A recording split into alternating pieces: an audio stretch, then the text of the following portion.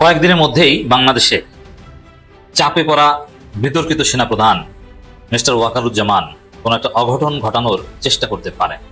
আমার মনে হয় যে সরকার বিষয়টা টের পেয়েছে, এজন্য সরকার নানান সতর্কবার্তা দিচ্ছে, নানান মহল থেকে সতর্কবার্তা আসছে।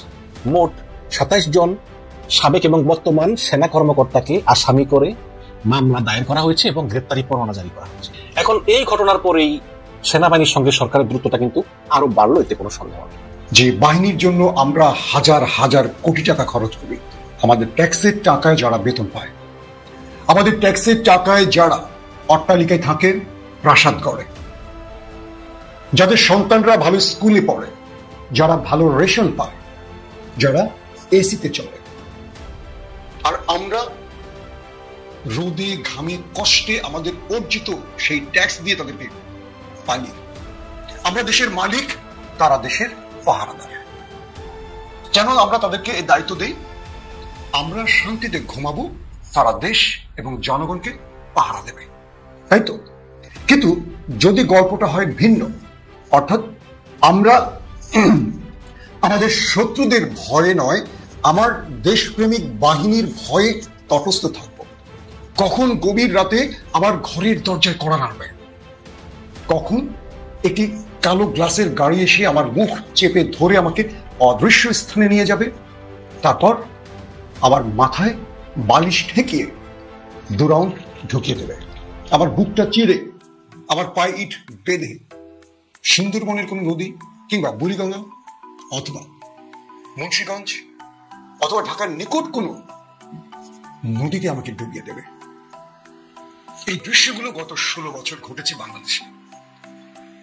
যাদেরকে আমরা আমাদের ট্যাক্সের টাকা দিয়ে পেলেছি, পুষেছি, খাবার জুগিয়েছি, তাদের সন্তানদের ভালো পোশাকের ব্যবস্থা করেছি, যারা বাংলাদেশের সবচেয়ে ভালো স্কুলে পড়েছে, যাদের সন্তানরা আমাদের টাকায়, তারা আমাদেরকে পাহারা না দিয়ে তারা আমাদের শত্রুদের সাথে বন্ধুত্ব করে আমাদের জীবনকে আতঙ্কে ফেলে দিয়েছিল।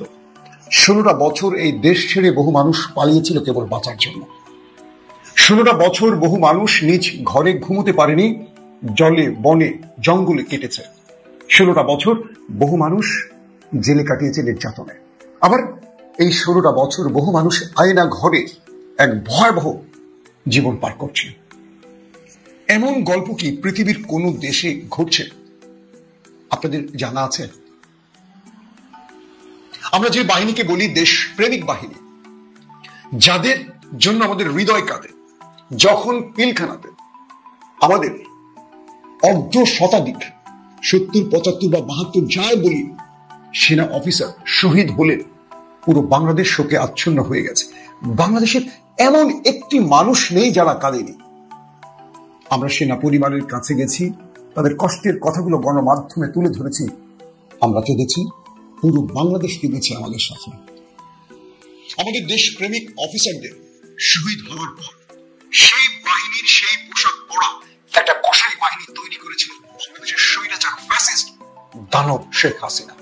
কেবল ক্ষমতা তার চাই, এই ক্ষমতাকে কুক্ষিগত করার জন্য, এই ক্ষমতাকে তার হাতে পাকাপোক্ত ভাবে ধরে রাখার জন্য তিনি একের পর এক মানুষকে হত্যা করেছে, আর তাকে সহযোগিতা করেছে আমাদের তথাকথিত দেশপ্রেমিক বাহিনীর কিছু সদস্য।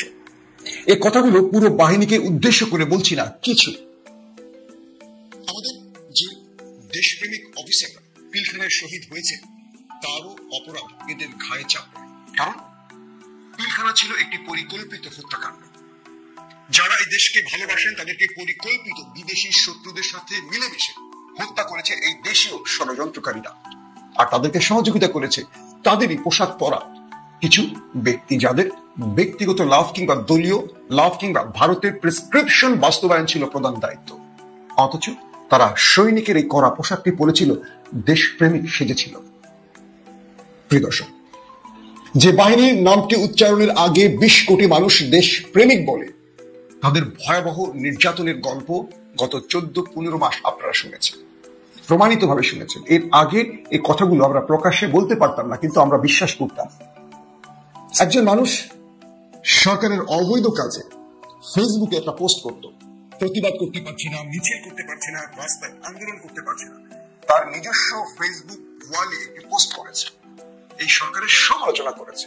পরেরটি সেই মানুষের নিখোঁজ, আর পাওয়া যায়, হয়তো পাওয়া গেছে, কোন একটি নদীতে ভেসে গেছে তার লাশ, এবং অজস্র এমন হাজার হাজার মানুষ হারিয়ে গেছে চিরতরে, তার কবরটিও বাংলাদেশের মাটিতে হয়নি। তার মা, তার বাবা, তার সন্তান, তার পরিবার সে মানুষটিকে আর কখনো পায়নি, পাবেও না। তারা কি শত্রুর হাতে প্রাণ দিয়েছিল? না, তারা প্রাণ দিয়েছে এই দেশপ্রেমিক বাহিনীর হাতে, যাদেরকে আমরা বসিয়েছি, আমরা তাদেরকে খাইয়েছি, পড়িয়েছি, মানুষ করেছি, অর্থ দিয়েছি, বিলাসিতা দিয়েছি, দামি গাড়ি দিয়েছি, বাড়ি দিয়েছি। তারা অবৈধ অর্থের জন্য ফ্যাসিস্ট হাসিনাকে সমর্থন দিয়ে এইভাবে নিরাপরাধ মানুষকে হত্যা করেছে নির্মমভাবে। সেই বাহিনীর নাম বাংলাদেশ সেনাবাহিনী। এর চেয়ে বড় লজ্জার কি হতে পারে? আমার এই বক্তব্য পুরো বাহিনীর জন্য নয়, আমার দেশের এই বাহিনীর অধিকাংশ অফিসার সদস্য এখনো দেশপ্রেমিক, দেশের জন্য তারা লড়াই চালিয়ে যাচ্ছেন বলেই এই দেশটি এখনো টিকে আছে। যখন 24-এর বিপ্লব ব্যর্থ হতে যাচ্ছে, যখন র্যাব, বিজিবি, পুলিশ, নিরাপত্তা আরো যত বাহিনী আছে বন্দুকের নল এই দেশের জনগণের বুক বরাবর তাক করেছে, গুলি করছে, একের পর এক লাশ রাজপথে পড়ছে, রক্ত পিচ্ছিল পথে বাংলাদেশ নতুন আরেকটি অন্ধকারের দিকে যাচ্ছিল, তখনও সেনাবাহিনীর ভেতর থেকে দেশপ্রেমিকরা জেগে উঠেছিল, বলেছিল, মিস্টার ওয়াকার, আমরা একটা গুলি চালাতে পারবো না, এই দেশের মানুষের বুকে গুলি চালাতে আমাদের জন্ম হয়নি, শত্রুকে গুলি চালাতে আমরা প্রস্তুত। সেই বাহিনীর চাপে শেষ পর্যন্ত সেনাবাহিনী বন্দুকের নল ঘুরিয়ে নিয়েছিল। 24 সার্থক হয়েছে, বিজয় পেয়েছি আমরা। দর্শক, বাংলাদেশের 23 জন ঊর্ধ্বতন সামরিক অফিসারের বিরুদ্ধে মামলা হয়েছে, চূড়ান্ত নথি দাখিল করা হয়েছে প্রসিকিউশনে।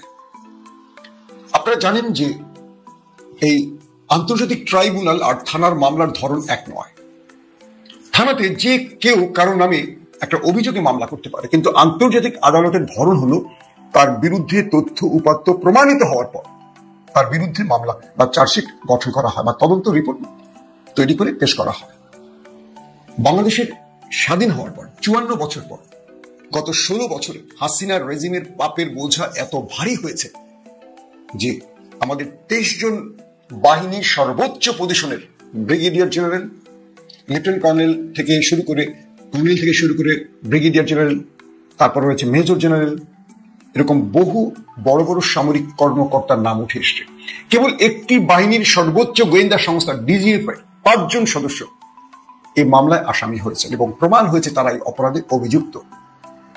যে ডিজিএফআই এর জন্য বিশাল বাজেট তৈরি করে রেখেছে সরকার, কেবল শত্রুর হাত থেকে এই দেশকে রক্ষায় তারা গোয়েন্দা তৎপরতা চালাবে, সেই ডিজিএফআই গত 16টা বছর শত্রুর হয়ে কাজ করেছে এই দেশের এবং দেশের জনগণের বিরুদ্ধে।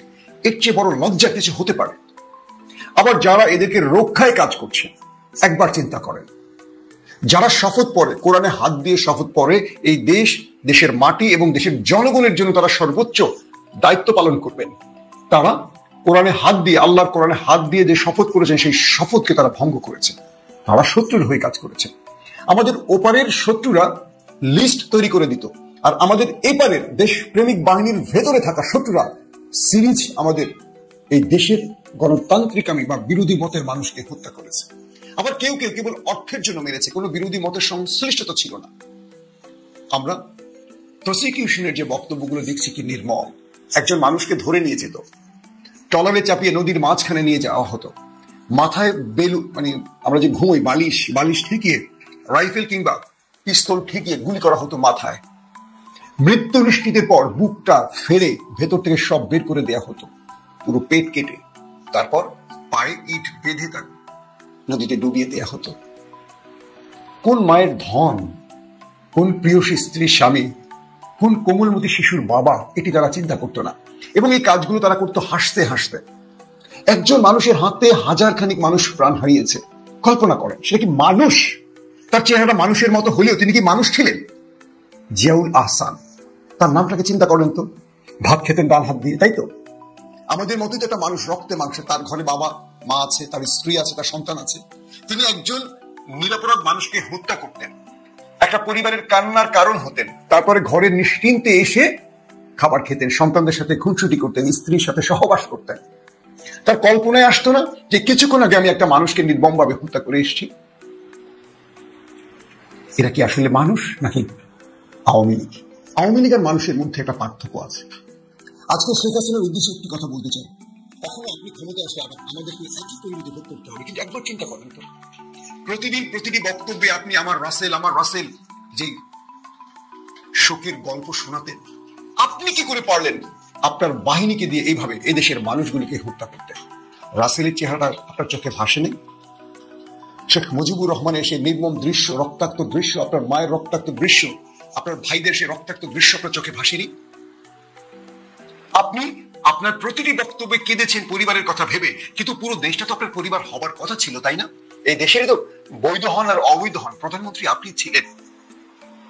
এই দেশকে আপনি কিছু দিতে পারেন আর না পারেন, নিয়ে তো গেছেন বহু কিছু, বহু মানুষের জীবন, মেগা প্রজেক্টের নামে প্রচুর অর্থ। আজকে আপনার বিলাসিতা, আপনার সন্তান নাতি পুতিরা বিলাসী জীবন যাপন করছে বিদেশে বসে, এই দেশকে লুট করেই তো। কি দিয়ে গেছেন আপনি? হাজার হাজার পরিবারের কান্না। দর্শক, সময়টা খুব ভয়াবহভাবে এগোচ্ছে। আন্তর্জাতিক অপরাধ ট্রাইব্যুনালে বাংলাদেশের 27 গুরুত্বপূর্ণ ঊর্ধ্বতন সামরিক অফিসারের বিরুদ্ধে মামলা হওয়ার পর ক্যান্টনমেন্টে একটা ঝড় চলছে। বিভিন্ন সূত্র দাবি করছে সেনা প্রধানকে নিয়ে গুরুত্বপূর্ণ একাধিক বৈঠক হয়েছে ক্যান্টনমেন্টে। একটি পক্ষ যারা এই অপরাধের সাথে জড়িত, তারা ওয়াকারুজ্জামানকে চাপ দিচ্ছেন একটি সামরিক কু করার জন্য। তারা বলছেন প্রেসিডেন্ট শাহাবুদ্দিন চুপ্পু যেহেতু আমাদের লোক, তাকে দিয়ে চাপ দিয়ে সামরিক দেশের সামরিক বা জরুরি অবস্থা জারি করুন, ইউনূসের হাত থেকে ক্ষমতা কেড়ে নেন, আমরা আপনার সঙ্গে আছি। কে বলছে? সেনাবাহিনীর সেই পূর্বের ফ্যাসিস্ট রেজিমের দোসরা যারা এখনো বহাল তবিয়তে আছেন, গুরুত্বপূর্ণ পদে আছেন, তারা ওয়াকারুজ্জামানকে চাপ দিচ্ছেন। ওয়াকারুজ্জামান আসলে ভেবে পাচ্ছেন না তিনি কি করবেন। একদিকে তিনি দেশপ্রেমিক, সত্য কথা, অন্যদিকে তিনি আওয়ামী প্রেমিক।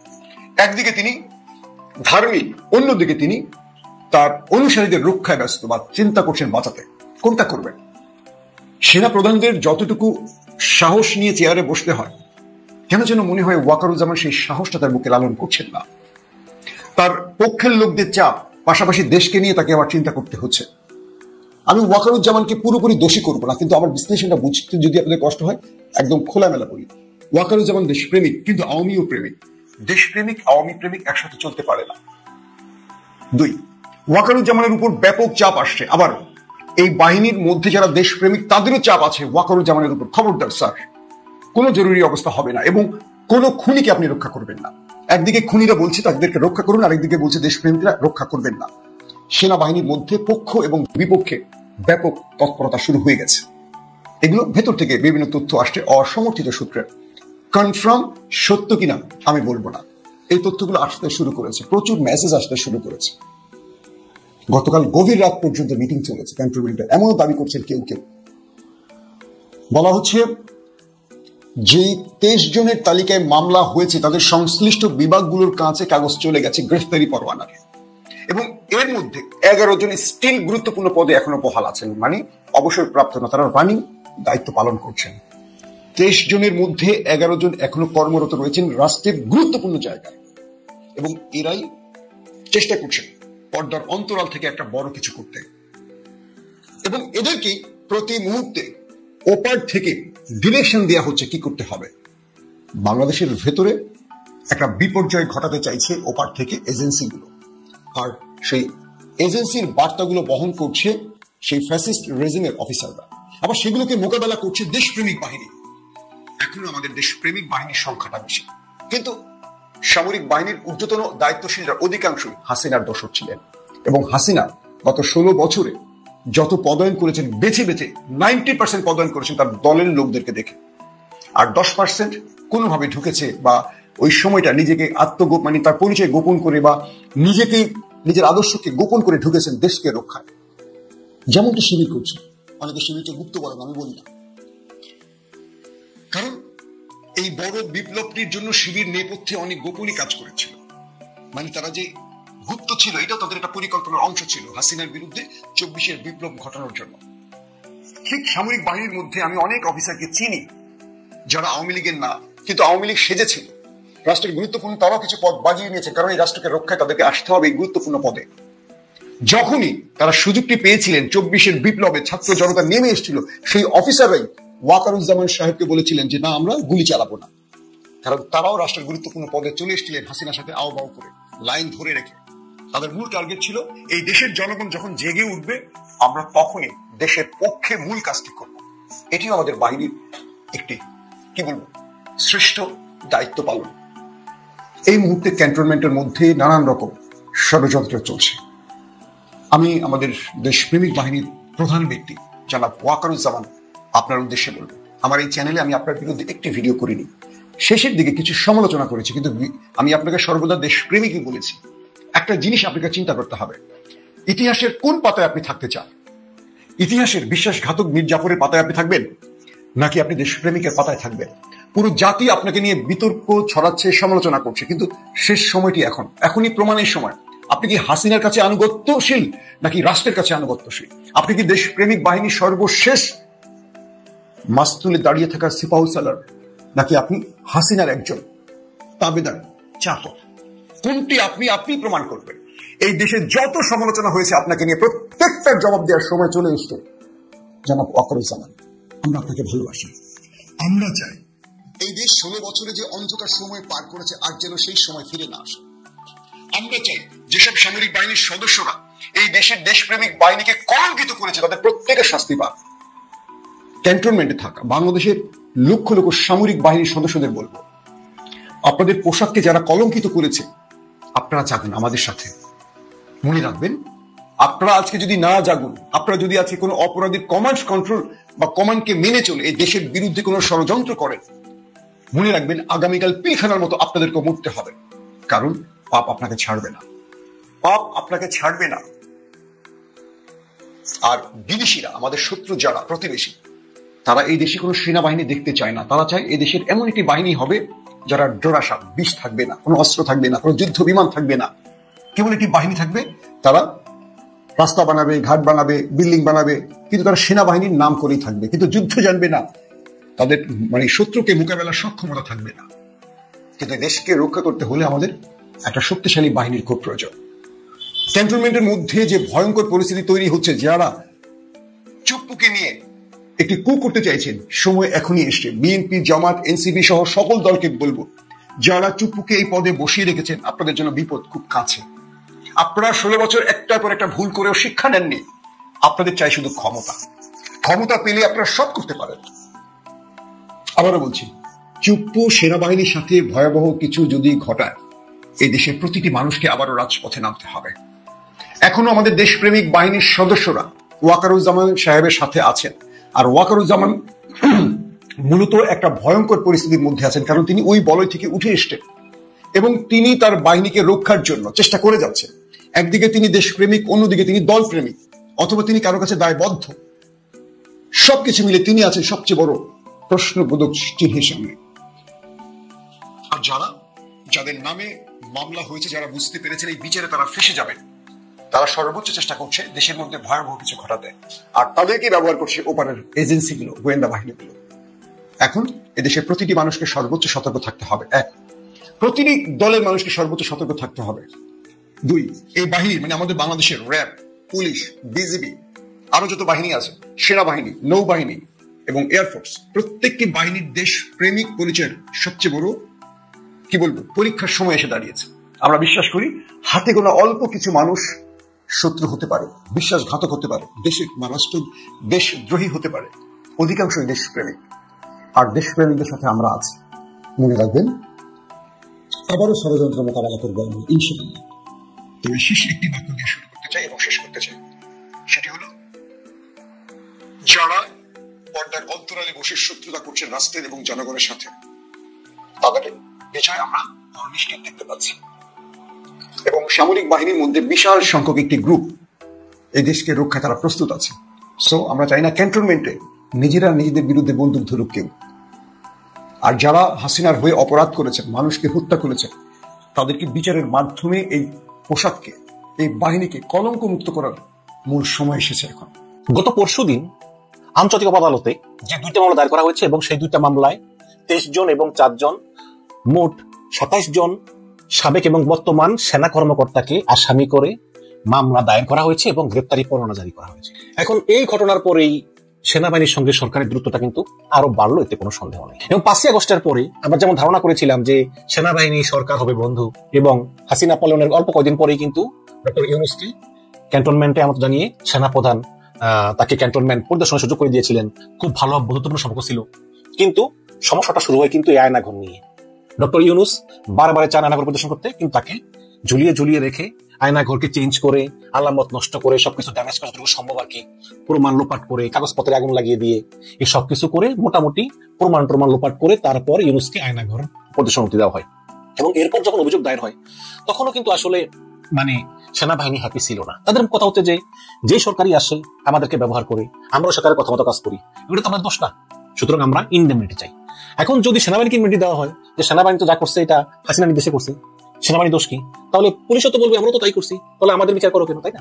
তো এইসব সমস্যা আছে। এবং এসব নিয়ে যে সেনাপ্রধান চিন্তিত তা তো বলাই বাহুল্য, যে তিনি আসলে কি করবেন বুঝে উঠতে পারতেছেন না। তিনি অনেকের সঙ্গে আলাপ করতেছেন হয়তোবা, এবং শুনতেছি যে হয়তোবা খুব শীঘ্রই তিনি সেনাবাহিনীর সাবেক যে প্রধানরা আছে, স্পেশালি ইকবাল করিম ভুইয়া, তার সঙ্গে একটা বৈঠকে বসবেন যে এই পরিস্থিতি আসলে কি করা যায়। কারণ সরকার এই 27 জনের বিচার করার জন্য বদ্ধপরিকর, এবং এদের ভিতরে ভয়ঙ্কর অপরাধীরা কিন্তু ক্যান্টনমেন্টে আছে, এবং যেটার প্রমাণ এবং এভিডেন্স সহকারে।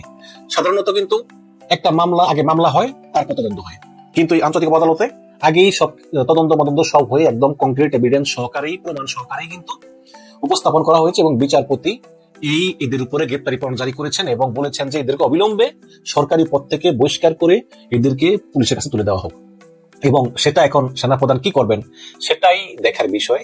আপনারা জানেন যে তিনি মির্জা ফখরুলকে বাসায় ডেকেছেন, এ ব্যাপারে কথা বলেছেন, এবং প্রয়োজনে হয়তোবা তিনি বিদেশি কূটনীতিদের সঙ্গে বসবেন যে কিছুটা করা যায় কিনা, এবং হয়তো তিনিও মনে করতে পারেন যে নির্বাচনের পরে হয়তো নতুন যে সরকার আসবে তাদের সঙ্গে একটা সমঝোতা হতে পারে।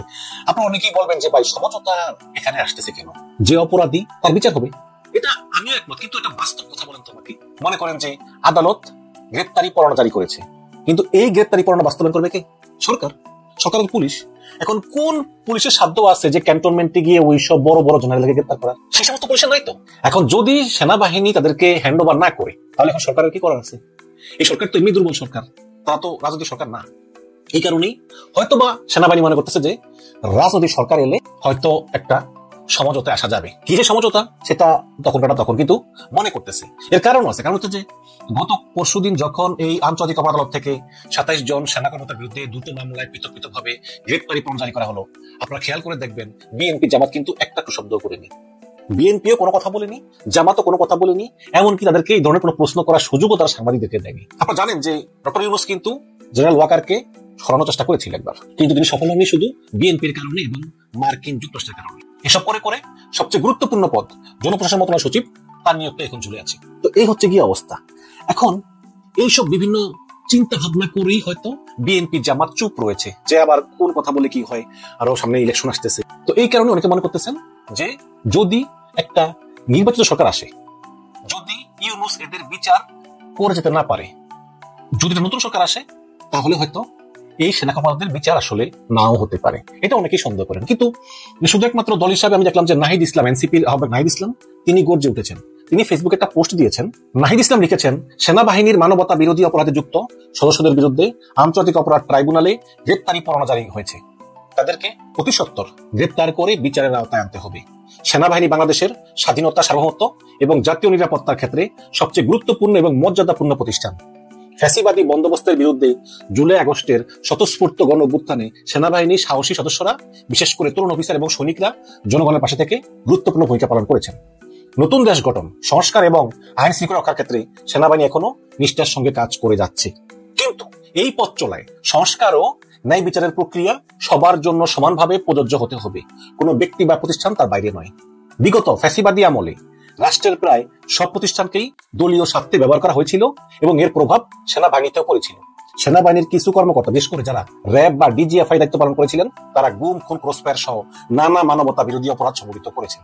এমনকি জুলাই গণ অভ্যুত্থানের সময়ও তারা নিরস্ত্র জনগণের উপর গুলি চালিয়ে শত শত মৃত্যু ঘটনা ঘটিয়েছিলেন। এই ভয়াবহ বাস্তবতার পিছনে রয়েছে গণতন্ত্রের দীর্ঘ ব্যর্থতা এবং রাজনৈতিক দলীয়করণের মাধ্যমে প্রতিষ্ঠানগুলোকে নিয়ন্ত্রণের সংস্কৃতি। গণ অভ্যুত্থানের পর আমাদের সামনে একটি ঐতিহাসিক সুযোগ এসেছে প্রতিষ্ঠানগুলোকে কলঙ্ক মুক্ত করা, পুনর্গঠন করা এবং রাজনৈতিক হস্তক্ষেপ সম্পূর্ণ বন্ধ করা। তাহলেই প্রকৃত গণতান্ত্রিক রাষ্ট্র এবং প্রতিষ্ঠানের ভিত্তি স্থাপন করা সম্ভব। সেনাবাহিনী কলঙ্ক মুক্ত করতে হলে মানবতা বিরোধী অপরাধে জড়িত কর্মকর্তাদের বিচারের আওতায় আনতেই হবে। আমরা আশা করি সেনা নেতৃত্ব এই বিষয়ে সরকার এবং ট্রাইব্যুনালকে পূর্ণ সহযোগিতা করবে। দেখুন, আমরা আশা করি সেনা নেতৃত্ব মানে জেনারেল ওয়াকার এই বিষয়ে সরকার এবং ট্রাইব্যুনালকে পূর্ণ সহযোগিতা করবে। এটি কোনো প্রাতিষ্ঠানিক ইগো বা মর্যাদার প্রশ্ন নয়, এটি রাষ্ট্র, গণতন্ত্র এবং ন্যায় বিচারের প্রশ্ন। আমরা চাই বিচার ব্যবস্থা ও সেনাবাহিনী কোনোভাবেই যেন মুখোমুখি অবস্থানে না থাকে। দেশ বিরোধী ষড়যন্ত্রকারী গোষ্ঠীগুলো চায় সংঘাত ঘটুক, যাতে দেশ অস্থিতিশীল হয়ে তাদের স্বার্থ রক্ষা হয়। আমরা রাজনীতিতে সামরিক হস্তক্ষেপ যেমন চাই না, তেমনি সেনাবাহিনী সহ অন্য কোনো প্রতিষ্ঠানে রাজনৈতিক প্রভাব এবং হস্তক্ষেপও সম্পূর্ণরূপে বন্ধ দেখতে চাই। দেশপ্রেম, সততা এবং যোগ্যতার ভিত্তিতেই প্রতিষ্ঠানগুলো পরিচালিত হওয়া উচিত। আমরা 5ই আগস্ট থেকে দেশের স্থিতিশীলতা ও ঐক্য রক্ষার জন্য সর্বাত্মক চেষ্টা চালিয়ে যাচ্ছি। স্থিতিশীলতা বজায় রেখেই আমরা সংস্কার, বিচার ও নির্বাচনের পথে এগুচ্ছি। আমাদের সব প্রত্যাশা এখনো পূরণ হয়নি, কিন্তু গণতান্ত্রিক সংস্কারের ক্ষেত্রে অগ্রগতি ঘটেছে। এখন আমাদের লক্ষ্য ন্যায় বিচার অর্জন করা এবং দুর্নীতি ও দুর্বৃত্তায়নের বিরুদ্ধে সংগ্রাম এবং অর্থনৈতিক সমস্যা সাধন করা, যেটা নাহিদ ইসলাম তার ফেসবুক পোস্টে বলেছেন, অত্যন্ত গুরুত্বপূর্ণ কথা। কিন্তু এই এনসিপি ছাড়া বিএনপি, জামাত সহ অন্য কোন দলকে আমরা এই আন্তর্জাতিক অপরাধ ট্রাইব্যুনাল যে গ্রেপ্তারি পরোয়ানা জারি করেছে 27 জন সেনা কর্মকর্তার বিরুদ্ধে, এর পক্ষে আমরা কোনো কথা বলতে দেখিনি। সবাই খুব রসজনক ভাবে একদম চুপচাপ, কেউ কোনো কথা বলতেছে না, এক্সেপ্ট নাহিদ ইসলাম। দর্শক, আপনারা কি ভাবছেন? আপনাদের মতামত জানতে চাই যে আসলে এটার শেষটা আসলে কি হবে। আপনারা মনে করেন যে আসলে অভিযুক্ত সেনা কর্মকর্তাদের বিচার শেষ পর্যন্ত করা সম্ভব হবে কিনা? আপনারা কমেন্টে জানাবেন। তবে শেষ খবর হচ্ছে এটাই যে ক্যান্টনমেন্টে একটা ভয়াবহ গুমোট অবস্থা, থমথমে পরিস্থিতি। কি হয় বলা যায় না, খুবই থমথমে। সবাই মন খারাপ, সবাই চিন্তা করতেছে কি ঘটতে পারে। সেনাপ্রধান তার মতো করে আলোচনা করতেছেন, বিনোদনের কাছে পরামর্শ নিচ্ছেন, আইনি পরামর্শ নিচ্ছেন, সহায়তা নিচ্ছেন। সেনাপ্রধান আসলে কি করবেন? সেনাপ্রধান তিনি শেখ হাসিনার আমলে কিন্তু সেনাবাহিনীতে ছিলেন, কিন্তু সেনাপ্রধানের বিরুদ্ধে কিন্তু ব্যক্তিগতভাবে কিন্তু কোনো অপরাধের অভিযোগ নেই। এবং যেসব কর্মকর্তারা অপরাধ করেছেন এবং গ্রেপ্তারি পরোয়ানা জারি করা হয়েছে, তারা কিন্তু অপরাধ করার সময় কেউ সেনাবাহিনীতে ছিলেন না, ছিলেন ডিজিএফআই এ, র্যাবে, এনটিএমসিতে, তারপরে বিজিবিতে। তাদের প্রধান ছিল স্বরাষ্ট্র মন্ত্রণালয়। তো হাসিনা পালিয়ে যাওয়ার পরে তারা আবার ফেরত গেছেন সেনাবাহিনীতে। এখন সেনাবাহিনী বলতেছে যেহেতু তারা সেনা কর্মকর্তা, সুতরাং তাদের সেনায় নিয়ে বিচার হওয়া উচিত। আবার সরকার বলতেছে যেহেতু তারা অপরাধ করার সময় সিভিল বাহিনী ছিল, সুতরাং তাদের বিচার হবে আদালতে, আন্তর্জাতিক আদালতে। এখন এই হচ্ছে কি বিভিন্ন সমস্যা, আর কি সমস্যা আছে।